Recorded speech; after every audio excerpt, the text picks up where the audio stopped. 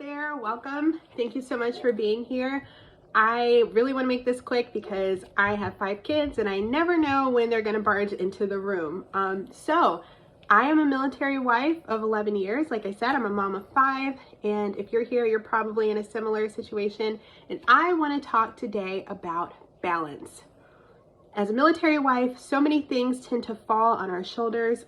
A lot of what we do comes from a position of support.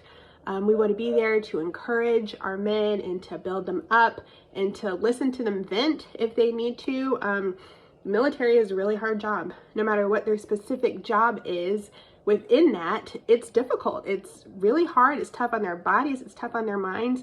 And being married to a man in that position, you really want to be a supportive spouse. You want to be dependable. You want to be stable. So that when things come and go and things are changing, you're PCSing, they're leaving for training, all these different changes are happening. You want to be the stable aspect in that marriage. Not only that, if you throw kids into the mix, we all know what all that encompasses. They literally rely on you for their very lives. And not only do you give them life, but you're raising them, you're teaching them, you're nurturing them.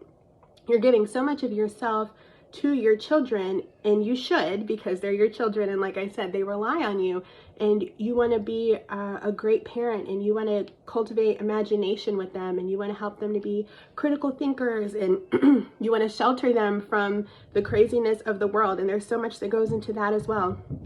If you're like me, you probably have a more traditional dynamic when it comes to the home. My husband being gone 12, 14 hours a day, the home falls on me. And so I want to manage the home. I'm in charge of our schedule. I'm in charge of appointments. I do the cooking and the cleaning. The homemaking falls on me. And when you sit back and think about that, it's kind of a lot all falling on one person. And not only that, aside from our roles that we play for the people around us in our homes, we're also our own people. I am my own woman, so I have my own dreams. I have things that I want to pursue as well that aren't necessarily homemaking, being a wife and mother. Now, for me, those things come first. The most important thing that I can do is be a wife to my husband, a mother to my children, and to keep our home intact while everybody is going out and doing the different things that they do. But after that, I also have my own pursuits and my own dreams. So the question is, how do we juggle all of those things? How can we be everything to everyone and not feel completely burnt out? How do you keep yourself from feeling overwhelmed and like there's not enough of you to go around to all those different things and the different people in your life and still have enough for yourself? And I have found that the solution is actually quite simple, you guys. Stop comparing yourself. I talked about this today on Instagram. If you are raising your children with as much love as you can possibly give them, if you're creating memories and you're maintaining stability for them from duty station to duty station, and you are allowing them to grow and become their own people, if you're instilling values in them that will carry them throughout their entire lives, you're doing the absolute best. What makes you think that you're not enough? What could possibly make you think that you aren't being the best mother you can be for them? It's comparison. You got an idea that you would get on a social media app and scroll, and you saw a mom buy her kids a new toy. You saw 3 kids sitting together perfectly in matching pajamas for their Christmas photo, and you realize that you haven't done that, and you begin comparing yourself. And that comparison is breeding discontentment. It's making you think that you're not doing enough. The same in your marriage.